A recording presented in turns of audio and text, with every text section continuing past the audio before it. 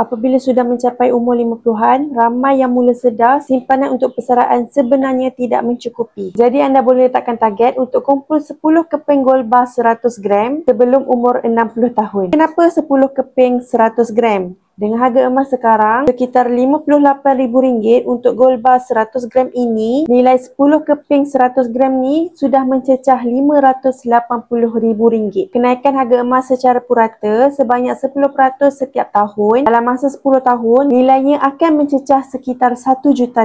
Ini jauh lebih selamat berbanding simpan semua tunai yang semakin terhakis kuasa beli setiap tahun. Jadi, dengan cara yang mudah untuk capai target 10 keping gold bar 100 gram ini, mula dengan target beli 1 keping gold bar 100 gram setahun. Jika boleh digandakan, beli 2 keping setahun. Dalam masa 10 tahun, tabungan emas anda akan cukup untuk menampung kos sara hidup semasa persaraan, tanpa terlalu bergantung kepada simpanan tunai. Bagi yang ingin mengalihkan sebahagian simpanan jangka masa panjang kepada bentuk emas fizikal, boleh isi beg biru atau rujuk pin video Hana untuk Hana bantu sebaiknya.